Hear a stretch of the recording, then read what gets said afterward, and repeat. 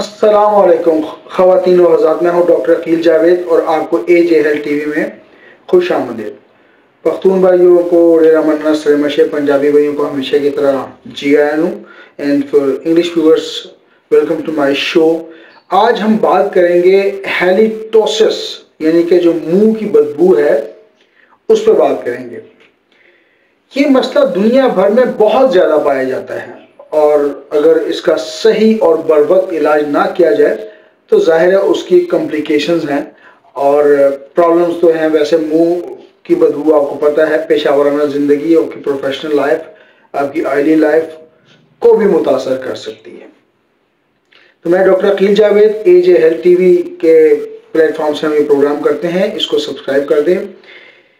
ये मसला है कि इसको समझने की कोशिश करते हैं और आज इस पे हम एक जामे गुफ्तगू करेंगे, इस मसले को समझेंगे, इसकी वजूहात क्या हैं, इसके पॉसिबल जो हल है, सॉल्यूशंस हैं या प्रिकॉशंस पे, उस पर इंशाल्लाह हम बात करेंगे।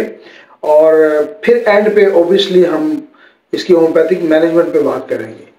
मुंह की बदबू एक ऐसी हालत है जिसमें आपका मुंह मखसूस वजूहात की बिना पर बदबू देता है। तो ये तो एक इसकी डेफिनेशन हो गई या एक मसले की तरफ थोड़ा सा मैंने उसको और थोड़े से डिटेल में बयान करने की कोशिश की है। ये मसला एक तरह के बैक्टीरिया की वजह से होता है जो कि मुंह के अंदर जमा हो जाते हैं और इनसे पैदा होने वाली जो गैसेस हैं, बेसिकली वो जो गैसेस हैं जिसको बदबू कहते हैं, उनको मतलब हम बदबू का नाम देते हैं। बेसिकली गैसेस होती हैं। इसका असर मैंने ऊपर भी बताया कि आपकी ज़ाती ज़िंदगी पर बहुत होता है और आपकी माशरती ज़िंदगी के ताल्लुकात पर डिपेंड करता है और आपकी पर्सनालिटी पर मनफी असरात मुरतब कर सकता है। तो आइए समझते हैं कि इसकी वजूहात क्या हैं और इससे हम कैसे बच सकते हैं, क्योंकि हर चीज़ की एक वजह होती है बगैर वजह के। और होम्योपैथी में जब कॉज आप आइडेंटिफाई कर लें तो फिर इसका सोल्यूशन बहुत आसान हो जाता है। तो एक पहली वजह तो दांतों की बरवक्त सफाई ना होना। जब हम खाना खाते हैं तो हमें सुबह शाम ब्रश करना चाहिए, बल्कि हर खाने के बाद ब्रश करना चाहिए। हमारे यहाँ उल्टा चलता है, हम खाने से पहले ब्रश कर लेते हैं तो दांतों में कुछ बैक्टीरिया और खाने की बाकियात जमा हो जाती हैं जो कि जाहिर है बैक्टीरिया बनता है और फिर वो ये बैड ओडर या बदबू का हम इसको नाम देते हैं। तो ये एक मसला हो सकता है। The other reason is the gum disease, यानी कि मसूड़ों की बीमारी भी इसमें एक किरदार अदा करती है और इसको हम पेरियोडोंटल डिजीज का नाम देते हैं, जो कि मुंह की बदबू की वजह बन सकती है। होता क्या है कि जो इन्फ्लेमेशन है यानी कि मसूड़ों की सोजश जो है उसमें हो जाती है और ब्लीडिंग स्टार्ट हो जाती है, खून आना स्टार्ट हो जाता है। तो बैक्टीरिया के साथ मिलकर ये और बैक्टीरिया मतलब पैदा करना स्टार्ट करते हैं और रिजल्टेंटली फिर वही गैसेस का कम्बिनेशन बनता है और फिर मतलब बदबू आना स्टार्ट हो जाती है। एक और रीज़न है मुंह का खुश्क होना यानी कि ड्राइनेस। जब मुंह में थूक की मिकदार यानी कि जो सलाइवा है वो कुदरती तौर पर कम हो जाए और खुश्की होना स्टार्ट हो जाए तो बैक्टीरिया जो है वो ज़्यादा बनना स्टार्ट हो जाता है, क्योंकि ये जो सलाइवा है ये ज़रूरी है, ये बैक्टीरिया को ख़त्म करता है, ये साफ़ करता है।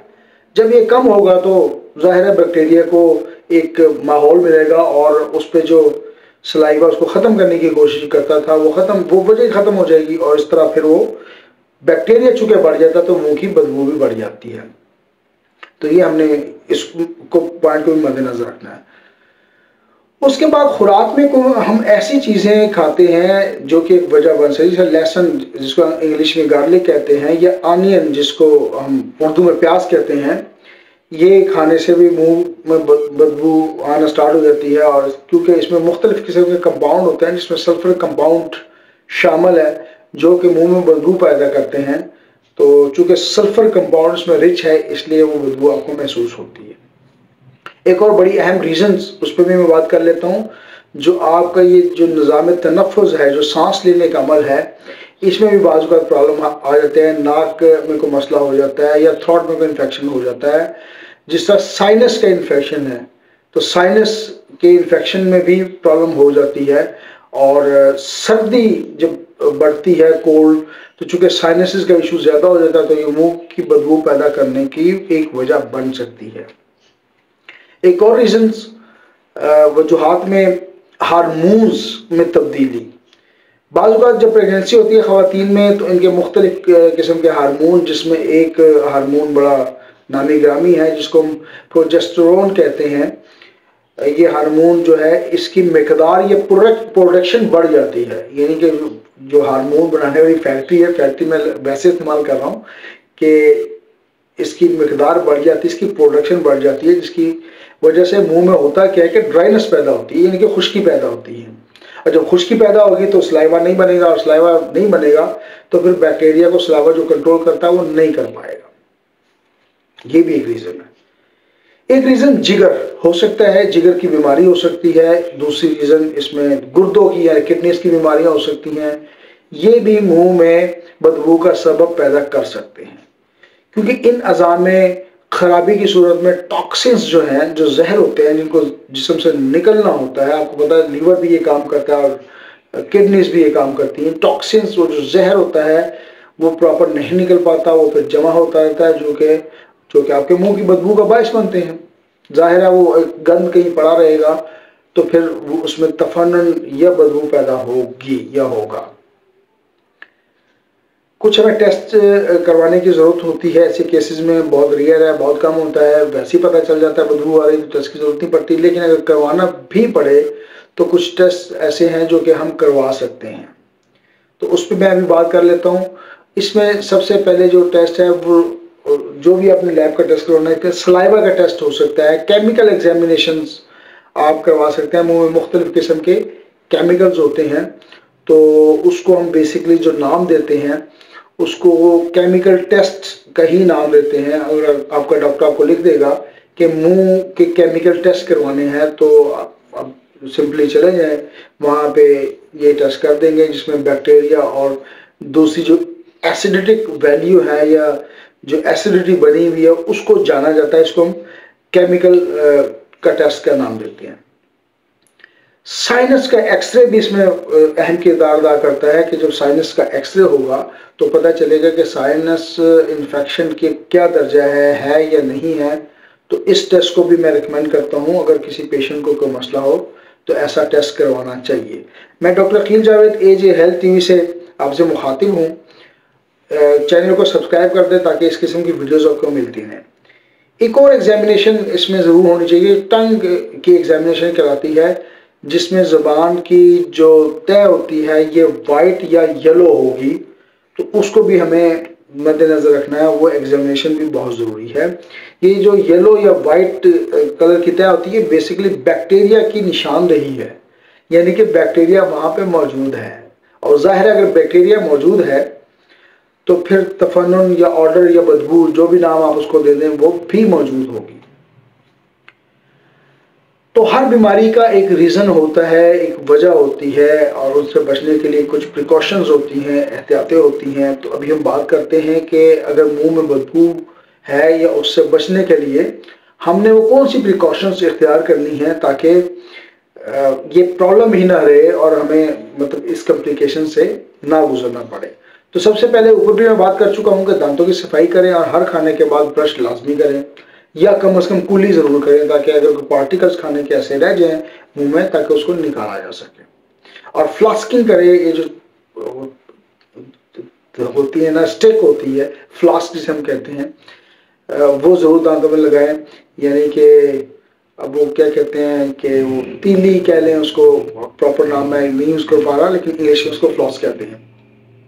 तो ज़ुबान की सफाई भी ज़रूरी है, टंग क्लीनिंग इसको हम नाम देते हैं, ताकि डर्मा वाले बैक्टीरिया को साफ़ किया जा सके। Production of water, intake of water sorry, इसको बढ़ा लें, क्योंकि वाटर अगर आप ज़्यादा पिएंगे तो आपको डिहाइड्रेशन नहीं होगी, डिहाइड्रेशन नहीं होगी तो खुश्की नहीं होगी, खुश्की नहीं होगी तो जाहिर है सलाइवा ज़्यादा बनेगा, और थूक या सलाइवा अगर ज़्यादा बनेगा तो आपको पता है कि थूक या सलाइवा जिसको हम इंग्लिश में कहते हैं, ये बैक्टीरिया को ख़त्म करने में बहुत मामून साबित होता है। बात कर लेते हैं कुछ फ्रूट्स के ऊपर, यानी कि फ्रूट्स और सब्जियां जो हैं इसमें अपने खुराक में शामिल करें। और ये बड़ा ही ज़रूरी है। एक तो हेल्थ, हर किस्म के विटामिन इसमें मौजूद हैं, एक तो हेल्थ के लिए ज़रूरी है, दूसरा इन बैक्टीरियाज को ख़त्म करने में भी मदद देती हैं। और जाहिर है अगर ऐसा कोई मसला मौजूद हो तो हम होम्योपैथ आपकी खिदमत के लिए बैठे हुए हैं।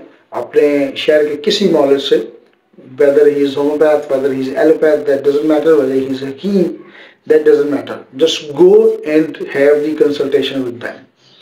जाएं और अपने मौलवी से मशवरा करें।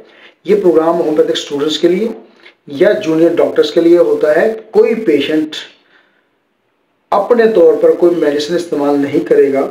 तो आखिर में आपको पता है हम बात करते हैं कि अगर मुंह में बदबू हो तो होम्योपैथिक मैनेजमेंट क्या है, उससे पहले मैंने डिस्क्लेमर दे दिया हुआ है कि अगर किसी पेशेंट को कोई मसला तो अपने मौलवी से रब्ता करेगा और ख़ुद से सेल्फ मेडिकेशन नहीं जाएगा। नीम हकीम खतरा जहाँ होता है, आप सेल्फ मेडिकेशन में खुदा न खास्ता अपने नुकसान न करवा दें।